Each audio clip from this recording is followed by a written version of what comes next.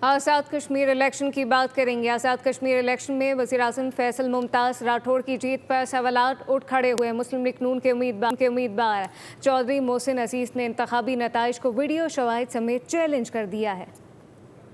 آزاد کشمیر کے حلقہ L17 حویلی کے انتخابی نتائج متنازع بن گئے۔ مسلم لیگ نون کے امیدوار چودھری محسن عزیز نے وزیر اعظم آزاد کشمیر فیصل ممتاز راٹھور کی کامیابی کو چیلنج کرتے ہوئے مبینہ بے ضابطگیوں کے شواہد پیش کر دیے۔ لیگی امیدوار کا دعویٰ ہے کہ وزیر اعظم آزاد کشمیر کے نام سے سامنے آنے والا فارم 27 جعلی ہے۔ محسن عزیز نے انتخابی نتائج میں مبینہ ٹیمپرنگ کا الزام بھی عائد کیا ہے۔ ان کا کہنا ہے کہ مختلف دور دراز یونین کونسلز کے درمیان کئی گھنٹوں کا فاصلہ ہے، لیکن متعدد مقامات کے نتائج بیک وقت تیار ہوئے، جس سے نتائج کی تیاری کے عمل پر سوالات پیدا ہوتے ہیں۔ ان کا دعویٰ ہے کہ نتائج کسی ایک مقام پر ایک ہی شخص کی جانب سے تیار کیے گئے۔ سبسکرائب کریں اور بیل دبائیں تاکہ کوئی خبر رہ نہ جائے۔